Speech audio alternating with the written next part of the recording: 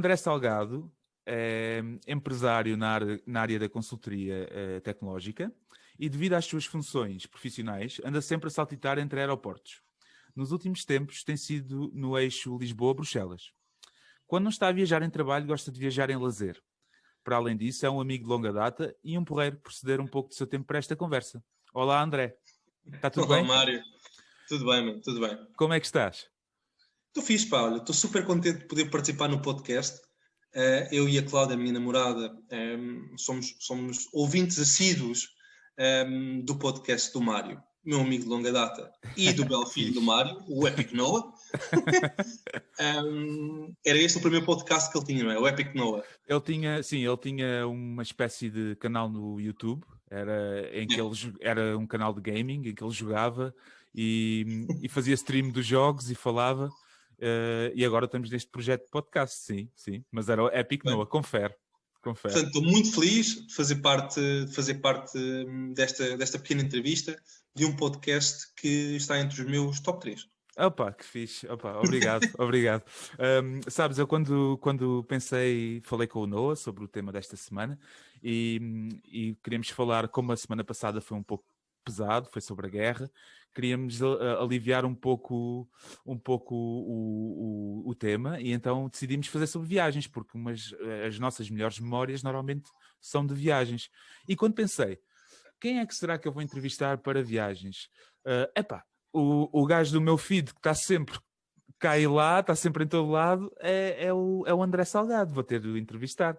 E então, obrigado por teres aceitado. Não, Aceite. Accepted. Accepted. Bem, tu trabalhas entre Lisboa e Bruxelas, ou neste momento estás mais em Bruxelas, não é? Sim. E é uma espécie de dupla residência, não é? Tu tanto estás lá como estás cá. Como é que definirias isso? Tu achas que vives mesmo em Bruxelas ou partilhas a residência entre Bruxelas e Lisboa? Como é que é? O que eu costumo descrever é que eu e a Cláudia acabamos por viver entre cidades. Ou seja, passamos muito mais tempo aqui em Bruxelas, praticamente o nosso dia-a-dia é cá. Uhum. Acontece é que por motivos quer profissionais, familiares, e muitas vezes por saudades, acabamos por viajar para Lisboa, mas também para outros sítios que não lhes podemos chamar casa, mas é quase como se fosse. Então, por motivos profissionais, acabo por viajar muitas vezes a Lisboa, porque temos a empresa onde trabalho tem escritórios em Lisboa e no Porto, mas acabamos por ir muitas vezes também a Paris, a Düsseldorf também na Alemanha, porque na verdade também é onde temos operação. Então, e o motivo pelo qual profissionalmente precisamos de viajar, ou eu pelo qual eu preciso de viajar regularmente, é porque do outro lado, ou seja, quem trabalha comigo são pessoas. Por muito que nós trabalhemos sempre com máquinas, com software, e num mundo muito mais digital, a verdade é que nada pode apagar aquilo que é presença. Exatamente, substituir a presença humana. É claramente insubstituível. Claro que este novo plano, esta nova dimensão tão presente nos nossos dias, mais digital, faz com que nós possamos ser menos poluidores, não é? Ou seja, se calhar em vez de pegar um avião para tudo e para nada, na verdade, se calhar conseguimos encontrar uma dose mais equilibrada, não só para o nosso bem-estar familiar, mas também para um bom equilíbrio para com a vida profissional. Sim, exato. Porque e também no âmbito agora da pandemia veio também abrir os olhos a muita gente que às vezes por uma simples reunião se deslocavam e agora aperceberam-se que tem que ser e talvez no futuro isso vá mudar, porque de momento as pessoas utilizam o Zoom, que estamos a utilizar neste momento, não é? E Skypes e tudo mais, e aperceberam-se que para algumas coisas até dá, não é? Então pode ser que mude. Sem dúvida também. A verdade é que à medida que vamos tendo mais experiência, que vamos interagindo mais uns com os outros, em primeiro lugar, a curva de aprendizagem vai conseguindo esbater-se, não é? Ou seja, vamos conseguindo ter maior controle sobre a coisa e sentirmos também mais confortáveis por comunicar ou por irmos comunicando desta maneira e estarmos uns com os outros desta maneira.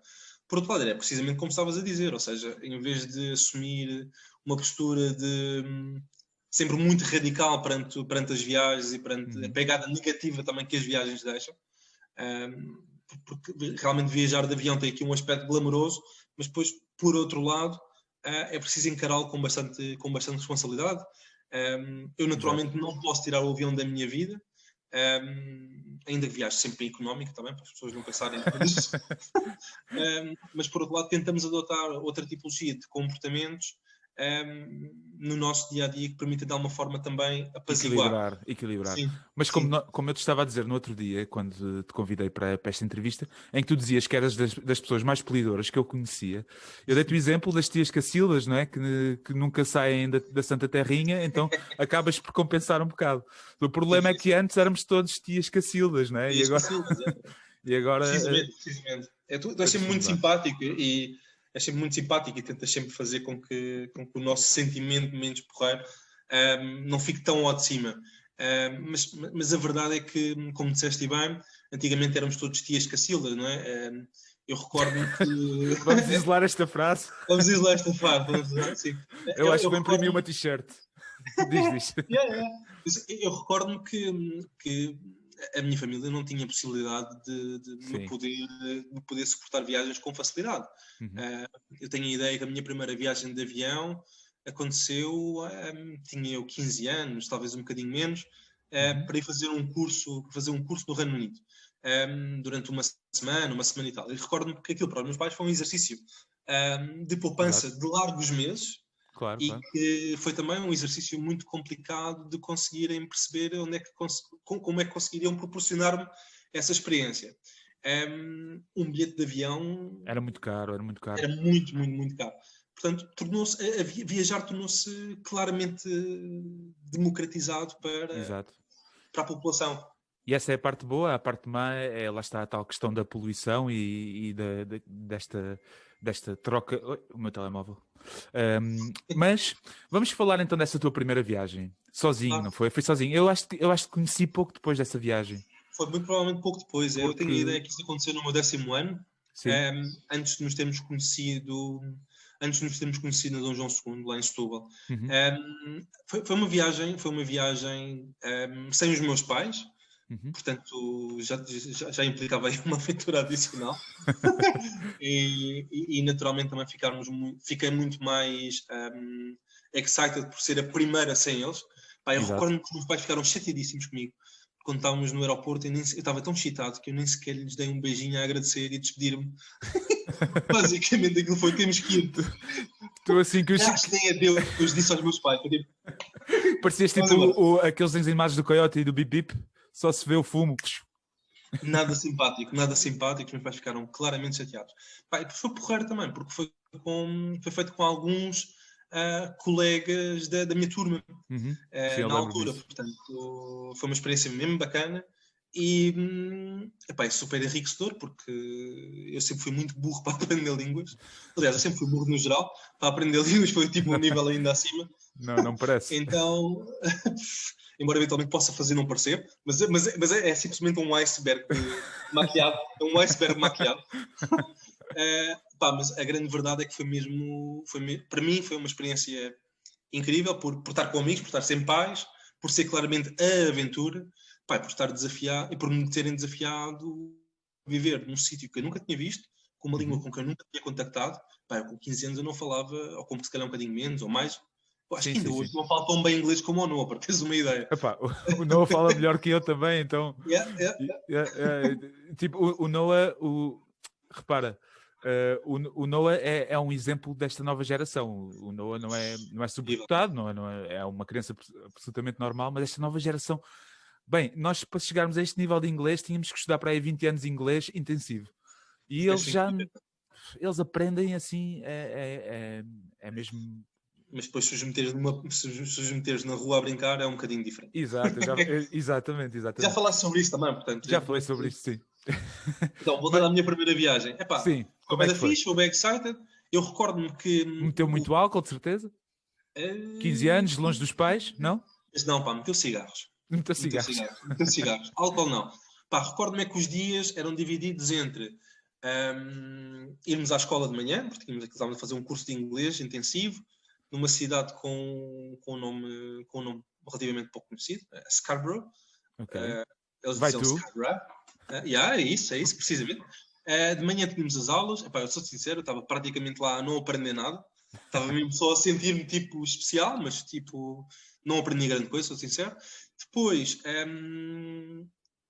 tínhamos ali uma horinha de almoço, dava para fazer umas futeboladas e tal, e comer uma Santos, a minha família. Porque eu fiquei hospedado numa hosting family, ou seja, basicamente numa família de acolhimento durante aquele período. Pá, eles preparavam o pequeno almoço, preparavam o almoço e depois para o jantar comia-se qualquer coisa também lá por casa. Yeah.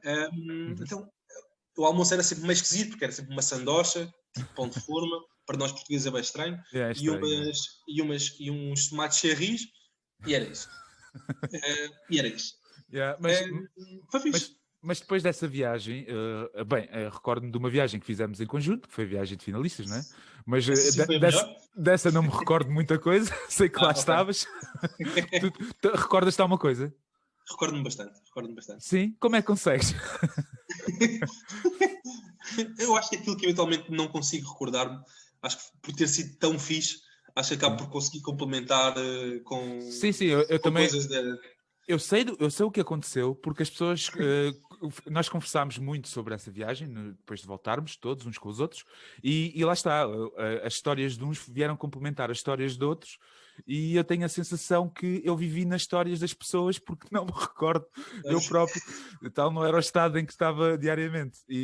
Mas tenho ideia, lembro-me de uma das poucas recordações que tenho dessa viagem, é chegar ao quarto, porque nós partilhámos quarto, e chegar ao quarto e tu estares deitado na banheira com um copo de vinho, todo nu, não é?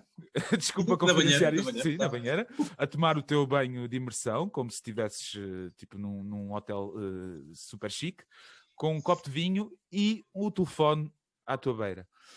E estavas a telefonar para quartos, a fazer partidas, a dizer coisas estúpidas, não é? Mas sim, o que eu reparei logo foi que tu, para estares para montares esse quadro, tiveste que arrancar o fio do telefone toda à parede. Eu essa parte por acaso não me recordo. Não te recordas? Não me recordo. Não, foi uma viagem incrível, Como acho que são todas as viagens finalistas. Foi a minha primeira viagem, foi a minha primeira vez em Espanha. E eu recordo-me, por exemplo, que o meu primeiro contacto, a minha primeira interação em Barcelona, não, a minha primeira interação não, mas o sentimento de estar em Barcelona para mim foi bem intenso. Foi mesmo bem intenso. Sim, também Barcelona foi uma cidade que me marcou imenso. Sim, e ainda por cima foi num dia, eu lembro-me de andar a correr aquelas linhas de metro super complicadas para ver a Sagrada Família, os Jardins do Gaudi, e foi assim também muito intenso, lembro-me disso. Mas depois disso, vamos lá ver. Depois disso, nós perdemos um pouco o contacto porque passámos aquela fase em que tivemos que nos afirmar enquanto adultos, não é? Percorrer o nosso próprio caminho. Lá tínhamos as redes sociais, mas não mantivemos assim muito contacto. E quando eu te volto a encontrar e a falar contigo de forma mais regular, tu tinhas uma vida totalmente diferente daquela que eu te conhecia, não é? Conhecia. Exato. E para mim foi muito estranho, porque da última vez que te vi, ou que me lembro de ti, lá estávamos nessa fase da estupidez, não é? E depois, afinal, ele é um adulto. Eu evolui para adulto, mas os meus amigos também evoluíram. E eu não esperava isso, percebes? Foi estranho. E depois, vês-te nas redes sociais e começa a ver, mas este gajo hoje está em Espanha, amanhã está em França, e eu não sabia o que tu fazias, percebes? Podias ser um mochileiro, eu não sabia o que tu fazias. Um perriflauta. Mas pensei, este gajo tem uma vida incrível, porque isso, viajar, eu não sabia ainda o que fazias, não é? Mas só a cena de te ver tantas fotos em tantos lados, e recordo, e digo a quem não sabe, quando eu vim para a Bélgica, a minha ideia era viajar, mas depois encontrei a minha mulher e firmámos família aqui, e muito bem, estou muito feliz, não é? Mas a tua vida naquele momento pareceu, uau, e se não tivesse sido assim, talvez conseguiria fazer este estilo de vida. Depois apercebi-me que muitas das tuas viagens, não todas, porque também passeias muito, mas muitas das tuas viagens estão afinal relacionadas com trabalho. Como é que é largares, por exemplo, Lisboa numa segunda, como eu já vi isso acontecer no Instagram, chegares a Bruxelas, depois passado 2 dias vais para Paris, e depois, como é que é? Tens sempre a mala feita? Como é que isso se faz? Da parte logística, porque o glamour que estavas a falar do avião, a gente sabe que nos aeroportos não há assim tanto glamour e tens que esperar e tens... Como é que é? Como é que geres isso? Ficas ansioso? Tu lembras de um filme que era o Up in the Sky, com o George Clooney? Sim, lembro bem, sim. Pronto, chega um momento em que tu fazes tantas vezes que tu procuras, tipo, otimizar o processo mesmo ao máximo. Sim. Ou seja, o que tu queres é como é que eu consigo fazer as coisas acontecerem e gastar o menos tempo possível. Porque, pá, eu recordo-me, por exemplo, o Clooney nessa personagem desse filme, ele descrevia, isto falando da experiência do aeroporto e da experiência de viajar com vários tipos de pessoas diferentes. Eu recordo-me que ele já conseguia classificar tipos de viajantes de acordo com a forma como interagiam no avião. Então, em primeiro lugar, é tornar o processo do aeroporto o mais eficiente possível. Ou seja, conseguires entrar o mais tarde possível para estares o menor tempo possível ali morto. O menor tempo morto. E já Para isso perdeste há algum várias avião? técnicas. Desculpa, Não. já perdeste algum avião à conta disso? Não? Nunca. Temos uma história fixe, eu e a Cláudia, sobre isso.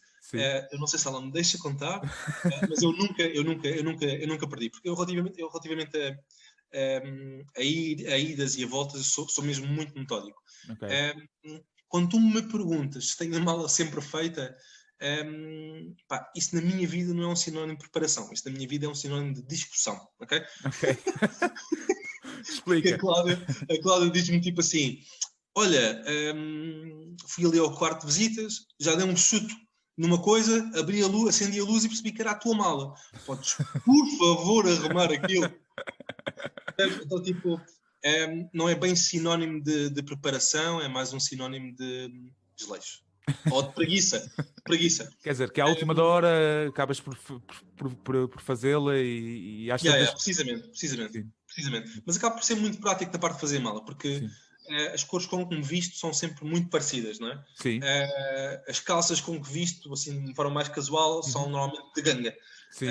Depois, na verdade, se estiver a chover aqui e não estiver a chover lá, é um casaco fino, t-shirts ou long sleeves, e às vezes precisar de fazer uma coisa mais formal, um fato azul funciona em qualquer lado, portanto, no limite levo 2 camisas, para estar 2 camisas brancas, para estar, não que seja um yuppie, mas porque é muito mais fácil não ter que andar a conjugar. Exatamente, podes combinar com as cores, exato.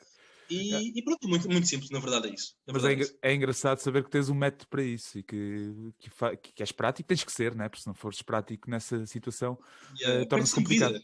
Perdes mesmo tempo de vida e o objetivo é não perder esse tempo de vida. Exato. E viagens de lazer, qual foi aquela viagem que te deu mais prazer fazer? E aquela que guardas na memória cada vez que pensas numa boa viagem? Já tiveste a oportunidade de ir aos Açores? Não, nunca fui às ilhas, não. Desafio-te a fazer com a tua família. Foi uma das viagens que eu e a Cláudia mais gostámos de fazer. E acho que deve ser posta em primeiro lugar porque foi feita no nosso país. Os Açores é um sítio incrível, concretamente ali. Só conhecemos a zona de São Miguel. A ilha de São Miguel. Mas é incrível. Consegues conjugar várias tipologias de viajar e de estar. Consegues estar com a natureza, consegues estar na praia, consegues fazer uma vida mais urbana também durante as férias, se preferires. A gastronomia é muito rica e complementar àquela que conhecemos no continente. Com a continental, exato. Eles têm algumas espécies que complementam aquela que é aquela nossa dieta continental em Portugal. E são muito rigorosos pela forma como tratam a pesca, muito cuidadosos também a forma como tratam a pesca, como tratam os animais. Há uma consciência ambiental. Eu acho que essa consciência ambiental faz com que uma viagem gastronómica aos Açores seja positiva, seja muito boa. A comida lá é incrível, mas adicionalmente também porque olhas com mais respeito para aquilo que é a alimentação. Outra viagem que eu e a Cláudia não nos vamos cansar de fazer, ou que eu pelo menos como vou cansar de fazer, a Cláudia também tenho certeza que não, é irmos à Itália. Eu acho que se nós não fôssemos portugueses... eram italianos. Adorávamos poder ser italianos. Um, um, a música, desculpa, a comida é mesmo muito, muito boa. Sim, sim, sem dúvida. Nós ainda não conhecemos tanto quanto gostaríamos, mas cada vez que lá vamos ficamos claramente fascinados. Eu acho que eles têm muita sorte, pá. Têm muita sorte porque eles conseguem, num território relativamente pequeno, conseguir ter um pouco de tudo o que tem qualidade. Ou seja, conseguem ter montanha. Nós este ano fomos desde Bruxelas até a Sardenha. Fomos de carro, então passámos pelo Luxemburgo, fomos até Suíça, depois passámos ali na zona... Milão e tudo mais. Foi mesmo incrível, mesmo incrível. E depois fomos de ferro até a Sardenha. Até a Sardenha. Eu, por acaso, Itália é ao contrário, ainda não estive no continente, estive só na Sardenha. Eu estive aqui há uns anos. Sim, é muito bom. Tivemos na Zona Norte, não sei se vocês talvez foram para Cagliari ou foram para Norte. Foram para cima. Nós estivemos na zona de Alghero, que é do lado ocidental da ilha, norte, e fomos a uma praia mesmo no topo norte que dá para... Como é que se chama aquela ilha francesa em cima? Córcega. Dá para a Córcega e foi uma experiência incrível porque as areias eram mesmo branquinhas e a água quentinha. Foi tipo a melhor praia onde eu já estive na vida. Foi alugámos um barquinho, um borracha. Alugaram? Que bom, que bom. E vocês estiveram por aí, por Alghero também? Nós basicamente alugámos. Nós não nos mexemos muito na ilha, somos sinceros. Nós alugámos uma casita pequenita, com um jardim para o nosso cão andar lá a correr, porque nós levámos o cão connosco de férias, e que é sempre bacana levá-lo de férias, porque faz com que nós continuemos com uma vida ativa, e isso é mesmo fixe, é mesmo muito fixe. Então alugámos uma casita em que, nas alturas em que as praias estavam mais cheias, nós ficávamos na piscina da nossa casa. Exato. E na altura em que a praia começava a ficar melhor, íamos para a praia. Então tínhamos ali as duas coisas, tínhamos um misto, e porque também estávamos em período de Covid, não é? Ou seja, tínhamos que encontrar um meio termo, não só para com a nossa própria, com o nosso próprio bem-estar, a nossa própria segurança, mas também para não estarmos a ser aqueles otários que, ok, a minha primeira vez em Sardenha, eu é que sou turista, eu é que faço como devem entender, sem respeito para com os locais, não é? Exato. Estávamos a tentar encontrar ali um meio termo que fosse responsável. Exato. Portanto, não desbravámos muita coisa, também sou sincero, eu tenho muita dificuldade a conseguir recordar de todos os sítios por onde passei. Exato, é normal. E a Cláudia normalmente é tipo a pessoa que acaba por descrever e muitas vezes me diz: nós já fomos ali, já fomos ali. Estou bem da mão nessas coisas. Não, mas eu consigo identificar-me em ti, nesse sentido, porque às vezes também as mulheres em geral são mais descritivas, não é? E guardam mais esse tipo de informação. Mas agora, falando no futuro, qual era aquela viagem que tu e a Cláudia, neste caso, queriam fazer um check? Olha, posso dizer daquelas que íamos fazer este ano e que tudo o vento levou. Sim. Em março éramos para ter ido ao Panamá. Tínhamos tudo organizado, meu. Estávamos doidos para ir a Bocas del Toro, tínhamos os voos todos marcados, já sabíamos onde é que íamos ficar. Porque o Panamá tem ali uma zona que é muito turística. E que é um destino turístico dos espanhóis há décadas. Mas depois tem uma zona sul com florestas tipo que vale a pena explorar. Então nós tínhamos um roteiro sei lá, ainda nos demorou se calhar um mês a conseguirmos criar o roteiro e a perceber para onde é que queríamos ir e mesmo aquela elasticidade da viagem que às vezes é preciso também ter para não fazer as coisas, pelo menos nós não gostamos de fazer as coisas de forma muito estricta, não é? Exato. Vamos ter alguma elasticidade, até porque imprevistos também acontecem, não é? Claro. Então esse era um dos destinos que nós queríamos ter ido e que não fomos. E que à data não conseguimos vislumbrar quando é que lá voltaremos, quando é que lá poderemos ponderar ir. Exato. E olha, em outubro éramos para ir ao Japão. Ao Japão, uau. E tenho certeza que é um destino que tu ias adorar ir. Isso está na minha checklist. Pronto, esse claramente, a mim doa-me um bocado mais. Pois. Mas isto esses destinos estão adiados, portanto, para outra altura em que... Porque também ir ao Japão e não estar com pessoas é praticamente impossível, não é? Porque aquilo tem uma densidade populacional alta. Então também para ir e não curtir, Gastar tanto dinheiro e perder tanto tempo para não curtir. Aborrecido. É super aborrecido, super aborrecido, super aborrecido. É chato. E pronto, eram essas duas, na verdade. Sim. Eram essas as grandes viagens deste ano. Sim, e agora, como é que é a tua... E para terminar, que já estamos a falar há bastantes minutos, como é que é a tua mentalidade em relação a isto de viajar durante a pandemia? Tu coibes-te de viajar ou não? Ou, neste caso estavas a contar que foste de férias para a Itália na mesma. Qual é a tua atitude em relação a isso? É ir, mas noutras condições, certo? Ou... Cada vez mais é preciso fazer um trabalho de preparação que antigamente não era equacionado, não é? Que é perceber, em primeiro lugar, por uma questão de respeito, estar a par, se essas pessoas que são os locais no destino para onde vamos, se passaram dificuldades graves durante a primeira vaga do Covid, por motivos claramente de respeito. Em segundo lugar, perceber qual é que é a situação que vivem agora também. Do ponto de vista de viagem, posso-te dizer que temos viajado muito mais com o nosso cão, portanto, implica fazer mais viagens de carro do que propriamente mais viagens de avião. Claro. E de carro é tranquilo, não é? E aluga um sítiozinho para estar, ou mesmo um hotel. Vamos fazendo pit stops.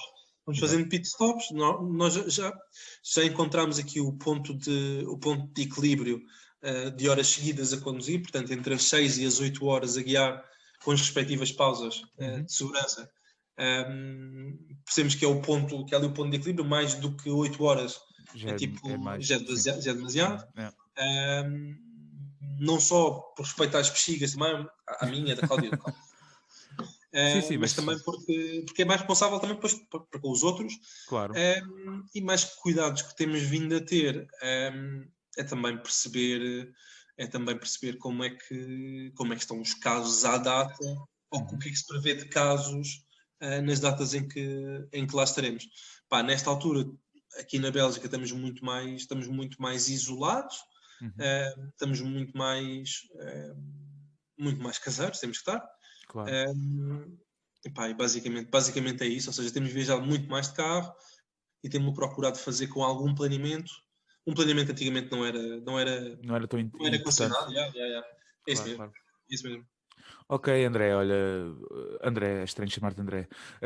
Ok, Salgada, obrigado pela entrevista, esta pequena entrevista. Foi a primeira entrevista, portanto, mesmo que eu entreviste, imagina que entrevistava mais de 50 pessoas na vida, tu irias sempre ser a primeira, portanto, estás guardado num lugar especial. Obrigado por teres aceitado. E continua a ouvir o nosso podcast, tu e a Cláudia, e continuem a viajar dentro do possível, e que eu vou seguir no Instagram, ok? Obrigado, Mário, e um grande abraço para ti e um grande abraço para o nosso querido Noah. Obrigado, um abraço. Obrigado, mano.